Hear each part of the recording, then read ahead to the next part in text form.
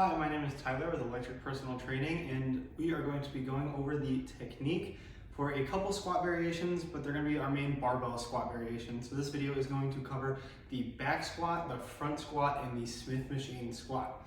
We'll have other videos on other similar movements, but those are the three that this one is going to cover.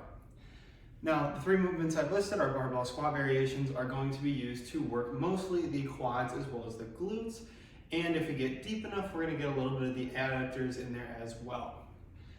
We're going to go ahead and start with the back squat and move to the front squat, and then the Smith machine squat. I'll go over the ups and downs of each, as well as the reasons why we're going to choose each one when we are programming. I'd like to first start by going over a couple things that are going to hold true for all of these squats so that I'm not being repetitive and repeating myself, and that I'm not wasting any time here. Now, they're called squat patterns because they're all very similar. They follow a pattern. So let's go over some of the basic form tips that are going to be important for all squat patterns, regardless of how we're loading the weight. We're going to want to put our feet shoulder width-ish apart. That's the first thing I'd like to address, is shoulder width-ish. You can go a little wider and be fine. Everybody's leg dimensions are different. The ratios between different parts of the legs are different, so not everybody's squat is going to look the same. To state you have to actually be exactly at shoulder width is kind of ridiculous, but you don't want to be super far narrow or super far wide, just because it's going to shift the focus to the adductors or abductors, as well as destabilize you. And in the case of going wide, it's going to cut our range of motion pretty significantly. So start shoulder width is usually how I recommend doing it. If it feels a little off, tweak it. Don't tweak it too much. You don't want to go crazy in or crazy out, but a few steps in or out is not going to make a huge difference in your squat. Now, to go even further, with our feet, we are going to be keeping our weight on our heels. It's a huge issue to push off the fronts of your feet because you're going to fall. It's going to be worse for engaging the quads, and it's also going to make it more difficult to keep your balance. A squat is a movement where we're moving backwards with both our hips and our center of gravity, so we want to keep our weight centered above our legs by pushing in with our heels. It's also going to be easier to push with our quads. Now, at the bottom of your squat, you should be able to lift your toes up. No matter how deep we get, we should be able to lift the toes up. You shouldn't actually be lifting your toes up, but you should be able to if you have light weight, just because it's all of your weight on your heels. It's going to make it a lot easier to balance too if we're pushing in with just our heels. Now, moving a little bit further up, we're going to talk about your hips. Your hips need to go back. They're not staying straight, but they're also not going to an excessive bend. You should be squatting more with your legs than your hips, and your hips should be doing the movement to keep you from falling over, essentially. Now, when we're squatting, we don't want to be bending so far over that we're essentially doing a hinge pattern. We want to be bending more at the knees. This is typically more of a quad-based movement, although we are getting a lot of glute activation, so we want to really emphasize the knee bend, because it's that knee extension, the straightening the knee from the bent position to the top, that's going to make the squat.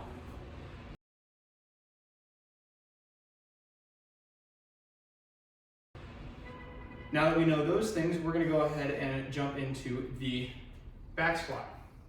The back squat is the most traditional form of squat. It's a great exercise. There's some ups, there's some downs. Now, to start off, we're going to need the following equipment. We're going to need a barbell, likely some kind of rack. It's usually better to have one of these kind of racks than the slanted racks, just because it'll reduce the amount of steps you have to take while walking out the squat. And we also have the option to use knee sleeves and a belt. Now, when it comes to using knee sleeves and a belt, I really only recommend knee sleeves if you have knee pain. And a belt is a great option if you start going higher than your body weight on your squats. It can start to become an issue for your lower back, and it'll just kind of support your core. It's not going to remove your core. Your core is still going to be active. It's just going to help you make sure that you keep a flat back and don't have any issues with your lower back.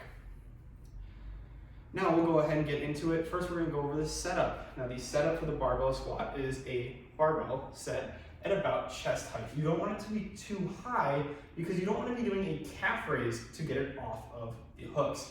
You need to note that you're going to have to lift it about an inch to get it off of the hooks. This bar is not going to come straight back. It needs to come up first. So we want to set it slightly lower so that when we grab the bar, we can grab it with a slight knee bend and pop up to walk back. Now we're going to walk it back.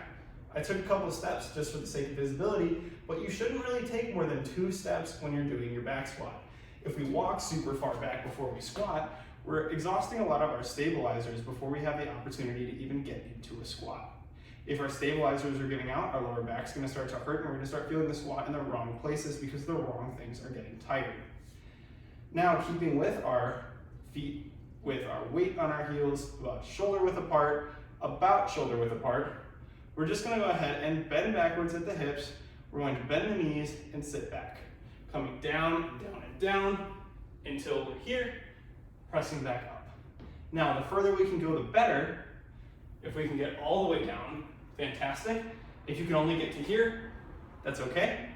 But if you can only get to about here, where you're not quite at 90-degree bend yet, you want to use your range of motion as your method of overloading.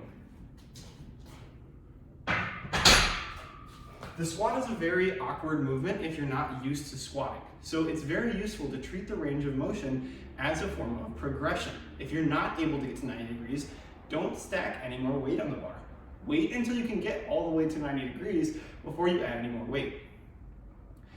Now, I am going to recommend you go further than 90 if you can, because the quads benefit from being trained in a lengthened position a lot, and by bending the knee all the way, we're going to lengthen the quads at their maximum position. The glutes are also going to be involved more so at the top part of the squat until we hit 90. After that, they lose a little bit of ability to push, but we are still going to be using the glutes to a good degree, so that's something to consider when you're programming the back squat. Now, let's go over the ups and downs of the back squat. Ups. It is a fantastic exercise for working the muscles we're trying to work. It's performing their functions. We're doing hip extension by bringing the hips forward. We're performing knee extension by locking out the knees. We're working the muscles we need to be working. Other benefits, it is easy to load. It's easy to stack more plates on there, which is going to be common for all three of these variations. It is easy to load. It's easy to throw an extra 5 pounds on there. And once you find the spot on your back, the bar sits comfortably, it's going to be easy to stack more weight without causing too much discomfort. The other advantage of the back squat, like many free weight exercises, is we're getting a lot of work from our core and our stabilizer muscles that are controlling our hips. This is always good because we're working muscles that we're not going to work directly and increasing our overall strength. Now let's go over some downsides. There are some downsides to the back squat, especially if you're not training for strength, but more so for muscle growth. I always like to emphasize how much the quads benefit from being taken to a fully lengthened position. Now, this isn't going to be possible without extremely good balance with the back squat. The back squat is an exercise that lacks external stabilization. That is, there's nothing keeping you from falling over. It's internal, it's your core, it's your balance, that's what's keeping you from falling over. Now, because of this, it's going to be an issue when we're trying to get super deep that we might fall over. And that is a serious issue that is worth considering if you're trying to get to a fully lengthened position. This being considered, the back squat is still an exercise you can program in. It's a fantastic exercise, and it's one that I would highly consider putting into a leg routine. You will need some form of squat pattern, so it's great to go with the classics, go with the traditional back squat.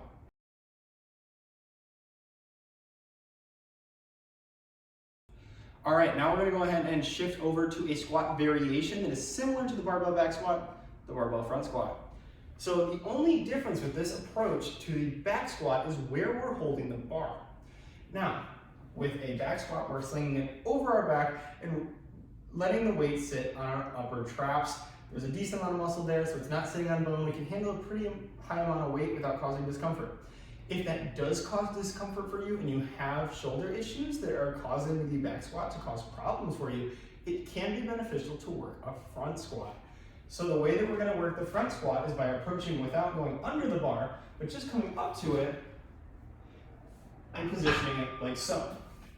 Now, the front squat position is going to be resting the bar on the fronts of our shoulders on the top of our chest.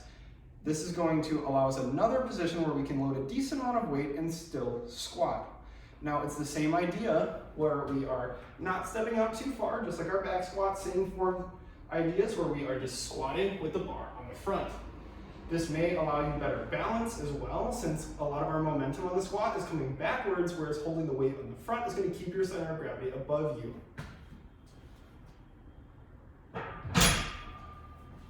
There's not a whole lot different from this and the back squat, so let's just go ahead and jump into the ups and the downs of the front squat. Now, compared to the back squat, the front squat is going to have a lot more difficulty being loaded.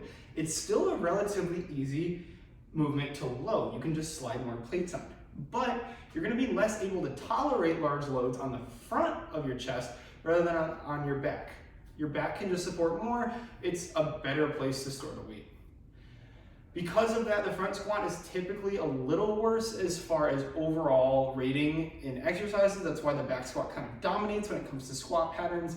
However, if it is easier for you, it's a great substitute for the back squat to still get your heavy squat pattern in without having any issues that may be limiting your ability to carry weight on your back.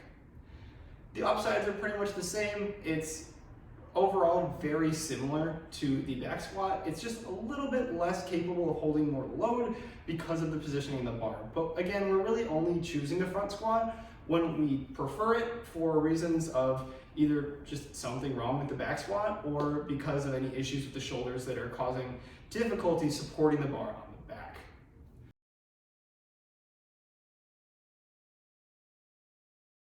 All right. Now we're going to move on to our third variation, which is going to be the Smith machine squat. This is going to be a variation of the back squat. You could do it with the front squat, but typically it's going to make more sense to do it with the back squat for the Smith machine instead of a free bar. Now, the Smith machine is often written off as a cheater machine or training wheels, but really we want those training wheels when we're trying to work the quads and glutes specifically and not the rest of our core.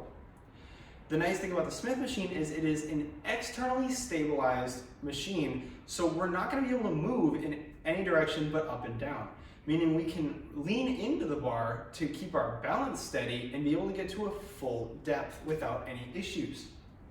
The Smith machine is also easy to load and shares all the benefits of a regular back squat. The only downside of the Smith machine compared to the back squat is you're going to get slightly less core engagement due to the external stabilization, which is going to be an up or a down depending on your goals and how you're programming. If you're hitting the rest of the core properly, it shouldn't matter. Now we're going to take advantage of this and really get all the way down into a full squat here when we use our Smith machine.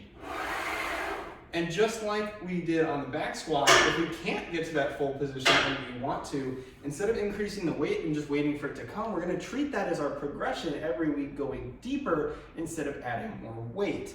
This is going to allow us to work the quads in a very lengthened position, which is fantastic for growing them. Now, a few things that apply to squats in general, but are easiest to apply to a Smith machine, are that adding a wedge under the heels will increase the amount of knee flexion we reach at the bottom compared to the hip flexion, so we will be able to get more quad engagement. That being said, we can do the opposite if we want more glutes. Now, we typically aren't going to take it past 90 degrees if we're doing so, but on the Smith machine, we can step out further so that the movement involves more sitting back and forward rather than bending at the knees. Now, we're still bending at the knees, but by sticking our feet forward, we're having more hip movement than knee movement. This is going to make the movement similar to something like a V-squat machine that you might see in a commercial gym. Overall, the Smith machine is going to be a more stable and easier to push exercise. You're not going to have balance issues, core issues. So if we're just focusing on working the quads and the glutes, it's a fantastic option. If you're looking to build more overall strength and improve your core, it might be better to go with the barbell. It just depends on your overall goals. But just know there are extra things that might stop you short of pushing your quads and glutes to their max with the barbells, and that the back squat with the barbell is typically going to be better than the front squat unless there's a reason why the back squat does not work for you. And that's about going to wrap it up for this one. Thank you so much for watching. If you like this content and want to see more fitness content from EPT, go ahead and subscribe here for more videos, as well as on Facebook and Instagram at EPT Evanston. And if you haven't already, check out our free fitness tracking app on the App Store for free, available now.